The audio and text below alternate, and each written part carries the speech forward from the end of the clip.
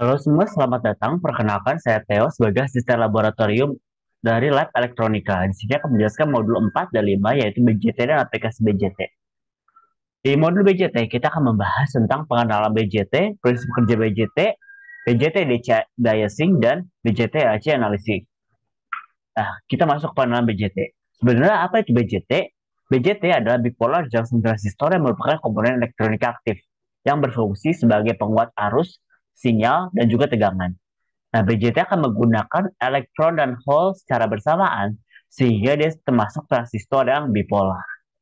Kita bisa lihat di kanan, yaitu ada bentuk dari diagram BJT, yaitu ada NPN dan PNP. Dan juga kita di lab akan bertemu bentuknya seperti ini.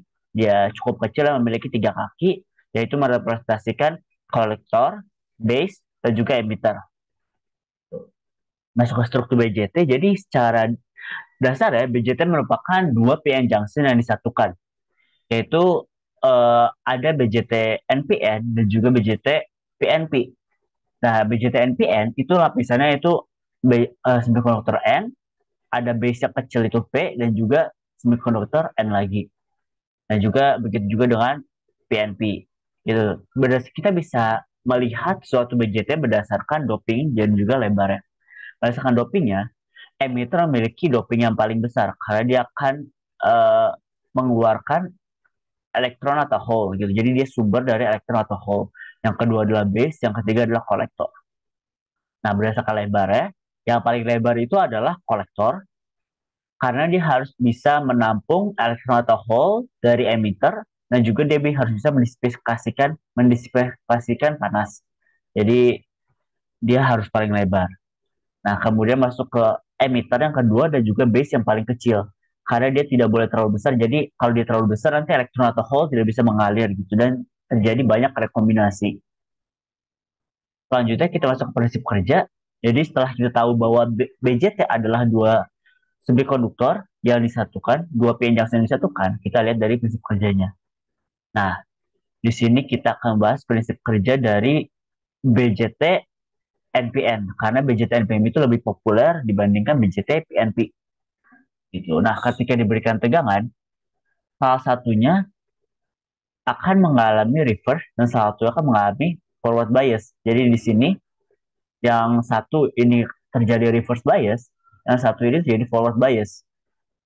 Dan untuk si BJT-NPN ini bekerja, kita perlu menambahkan satu lagi sumber tegangan untuk memberikan arus kepada IB.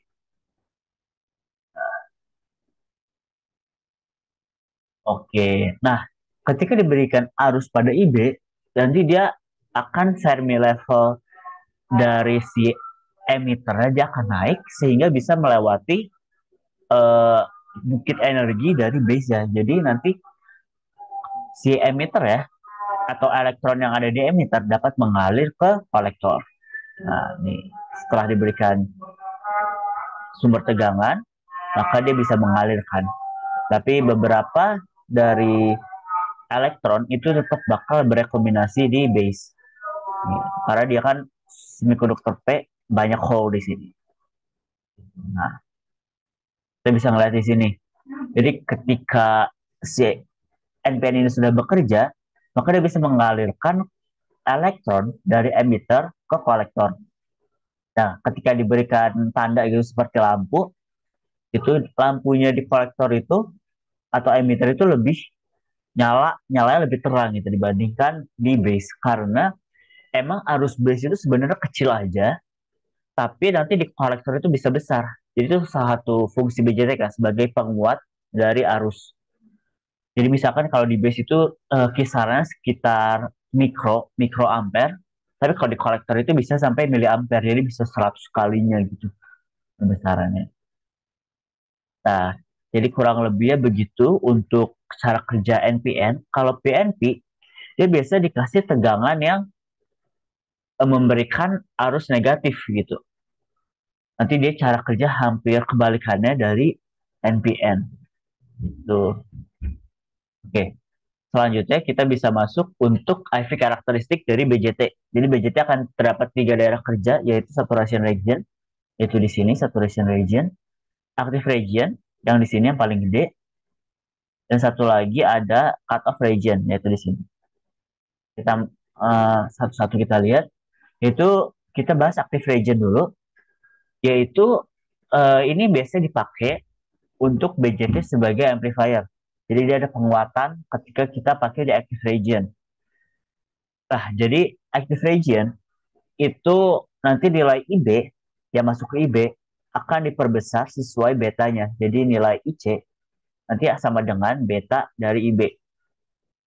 Nah, kemudian kita yang kedua yaitu cut off region, yaitu cut off region ketika BJT itu mati atau arus IB-nya itu terlalu kecil atau VC-nya terlalu kecil. Jadi nggak ada arus yang bisa mengalir.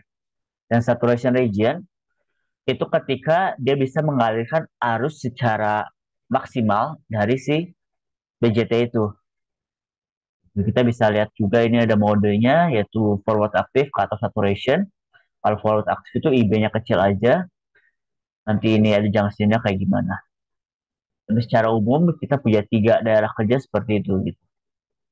Kita lanjutkan ke faktor penguatan. Tadi sempat disinggung ya bahwa ada faktor penguatan dari eh, beta. Jadi sebenarnya beta itu salah satu faktor penguatan di BJT dalam konfigurasi command emitter. Juga ada alpha sama gamma. Itu bedanya di eh, konfigurasi aja. Tapi kita paling sering emang pakai beta. Bahkan di kelas juga kita pakai beta untuk BJT NPN gitu. Dan kita tahu bahwa IC itu sama dengan beta dikali IB. Gitu. Jadi kalau misalkan nanti betanya tinggi, itu maka IC juga bakal akan tinggi, penguatannya akan besar. Gitu, walaupun IB-nya nanti dia kecil. Oke, kita lanjut ke eh, rangkaian IV karakteristik. Jadi di sini saya nyontohin dulu di multisim. Nanti sebenarnya kita bakal coba pas praktikum pakai Elvis 2 ataupun Elvis 3. Gitu. Hasilnya bakal sama aja. Nah, coba saya buka dulu. Nah, di sini contohnya kita pakai BJT yaitu 557. Nanti ikutin arahannya aja dari modul. Nanti kita bisa buka dia. Dan nanti ada hasil dari IV karakteristik kayak tadi. Di sini sampai sini kira-kira itu kan saturation region. Kalau di bawah dia nggak nyala dan sini active region. Jadi ini bisa dilihat dan analisis pada saat pembuatan praktikum dan juga pembuatan borak. Kita lanjut aja ke PPT. Oke, kemudian kita masuk ke DC biasing. Jadi untuk BJT bekerja sebenarnya kita perlu dua, yaitu kita memasukkan DC, yaitu setup dari sisi DC-nya, dan juga nanti kita input dari AC-nya. Gitu. Jadi DC biasing mainly itu berguna untuk mengatur titik kerja atau key point dan nanti bertampak pada kestabilan dari rangkaian. Itu kita kira-kira punya tiga rangkaian yang paling sering dipakai, yaitu ada rangkaian fixed bias, kemudian ada emitter bias, dan juga rangkaian voltage divider bias. Sebenarnya di sini bakal lebih jelasin kepada analisis dan juga hitungan. Semoga kalian di kelas juga udah dapat, jadi di sini nggak perlu terlalu banyak dijelasin gitu. Oke, kita mungkin coba ambil contoh yang untuk hitungan emitter bias, karena kita nanti pada aplikasi dan juga pada praktikum bakal pakai ini. Gitu. Jadi si emitter bias ini nanti kita bakal analisis, kan dia diberikan VCC di sini,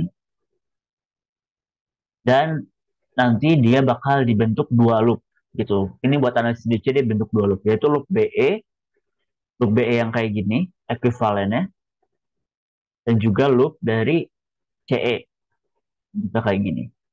Nanti loop BE ketika diturunkan secara KVL, itu nanti akan menghasilkan rumus dari IB, yaitu IB adalah VCC min VBE per RB plus beta plus 1 dari RE. Sedangkan di loop CE akan menghasilkan rumus VCE gitu. Ini penurunan rumusnya udah rinci, jadi bisa dibaca lagi aja.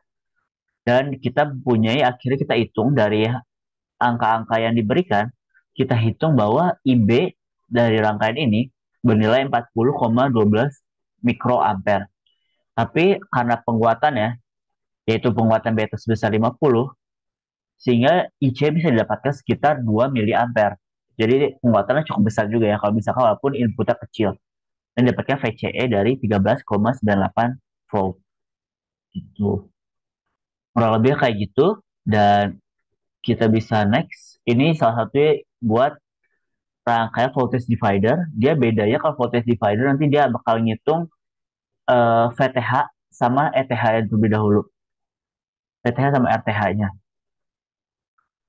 Kemudian terakhir ini sebenarnya tadi tiga contoh yang tadi fixed bias, emitter bias, voltage divider bias itu sebisa mungkin kalian mengerti lah analisisnya. Jadi kalau kalian udah mengerti analisisnya itu nggak perlu dihafalin.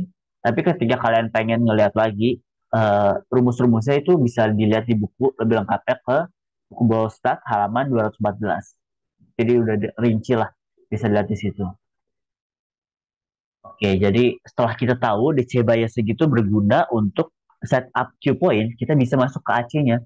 Jadi kita input arus AC untuk dilakukan untuk arus AC itu mengalami penguatan.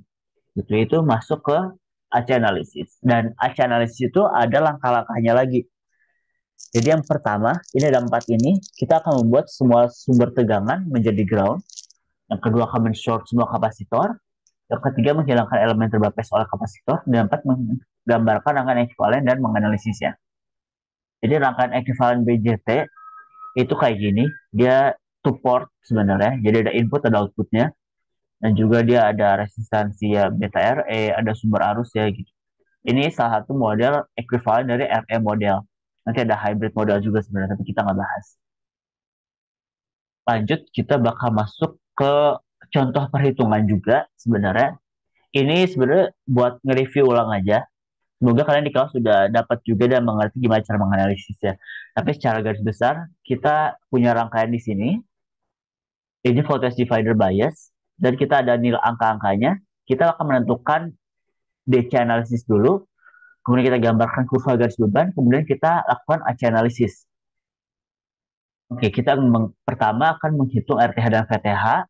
Kemudian kita dari data ini kita bisa mendapatkan arus IB dan IC dari persamaan loop BE. Nih, IB-nya segini dan IC di sini. Kemudian kita bisa lakukan analisis pada loop-nya CE untuk mendapatkan VCE. Nah, ketika kita udah mendapatkan nilai IC dan nilai VCE, kita bisa menggambarkan kurva garis beban gitu. Jadi kita mempunyai IC max di sini, terus VCC atau VCE max di sini, kita tarik garis gitu.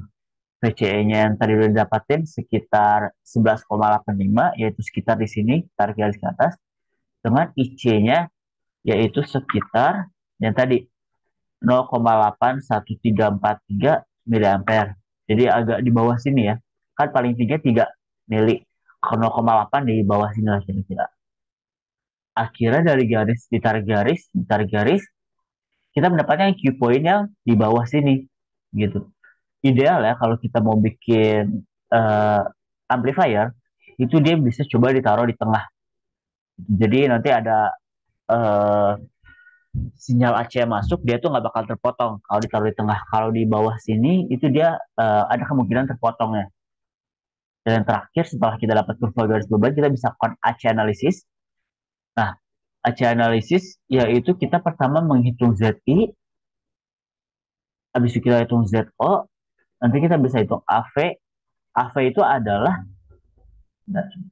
uh, AV itu adalah penguatan tegangan dan AI adalah penguatan arus gitu. Semua ini kita bentuk dari rangkaian ekuivalennya dulu. Pakai 4 step tadi. Dari 4 step tadi kita bisa lihat bahwa Z inputnya itu ada ini nih. Dari sini sampai sini itu Z input kan. Yaitu R1, R2 sama beta RE. Z outputnya ini. Nanti kalau misalkan rangkaian yang lain bisa berubah rangkaian ekuivalennya. Itu tergantung dari analisis kalian dan gimana cara merubahnya membentuk rangkaian ekuivalen AC. Balik lagi ke AV dan AI. Jadi kalau AV itu ada minusnya. itu bukan berarti dia nilai minus, tapi itu menandakan bahwa polaritasnya bakal berubah gitu. Jadi kalau misalkan saya gambarkan di sini, inputnya misalkan kayak gini ya. Nah, outputnya itu dia polaritasnya berubah gitu. Dia ada perubahan fasa 180 derajat sehingga dia berubah. Jadi ada minusnya di situ, tapi bukan berarti dia bakalan minus nilainya. Nah, kalau AI itu penguatan buat arus, dia nggak ada perubahan dari fasanya. Kurang lebih seperti itu buat si analisis AC-nya. Dan balik lagi, kita kalau analisis AC, kita harus bisa merubah dari rangkaiannya ke rangkaian ekivalen AC dengan area model. Itu kalau udah bisa itu kita bisa lakukan analisis. Kalau enggak, kita bisa juga lihat ke di buku juga itu ada lengkapnya. Jadi misalkan fixed bias kayak gimana, voltage divider bias kayak gimana, unbypass emitter bias itu kayak gimana. Itu ada di buku Bolstad juga halaman 314. Oke, sampai di sini kita masuk ke modul 5 untuk aplikasi BJT. Kira-kira ada dua aplikasi BJT, yaitu BJT sebagai amplifier dan juga yang kedua BJT sebagai switch. Di luar itu mungkin ada yang lainnya, tapi itu nggak banyak dibahas juga. Yang pertama sebagai amplifier itu kita udah bahas juga pada modul 4 sedikit. Jadi kalau amplifier, BJT sebagai amplifier itu mengadakan pada saat BJT itu di mode kerja forward aktif, yaitu di sini. Yang Q point-nya diatur-atur di sini gitu. Yang tadi kan agak di bawah sini. Nah, BJT sebagai amplifier akan menguatkan tegangan yang masuk IB berpengaruh kepada IC gitu. Dan kalau tadi kalau misalkan kita masukkan sumber AC, sumber AC bisa kita masuk ke sumber AC sini, nanti inputnya segini bisa menghasilkan output yang lebih besar. Itu karena penguatan dari BJT sebagai amplifier. Nah, yang kedua, kita akan membahas BJT sebagai switch. Jadi BJT juga bisa sebagai switch yaitu dengan mengandalkan mode kerja saturasi dan cut off. Itu dibahas sebelumnya pada modul 4, itu saturasi dan cut off. Nah, jadi gimana cara kerjanya? Jadi BJT kan dia CCCS atau current control current source. Jadi BJT itu perlu arus IB untuk bekerja. Jadi ketika dia ada arus nih masuk ke base ya, ke sini. Nih, arus masuk ke base. Jadi ini arus masuk ke base, maka arus dari sini itu bisa mengalir. Balik ya kalau misalkan di base yang nggak ada arus gitu, atau dia terhubung ke ground, misalkan ini groundnya kan, berarti dia nggak bakal ada arus yang mengalir gitu. Kayak tadi contoh pada prinsip kerja BJT yang video itu, jadi dia nggak bisa mengalir kalau belum ada arus di base. Jadi dia dianggap sebagai switch open. Itulah eh, contoh dari BJT sebagai penggunaan di switch.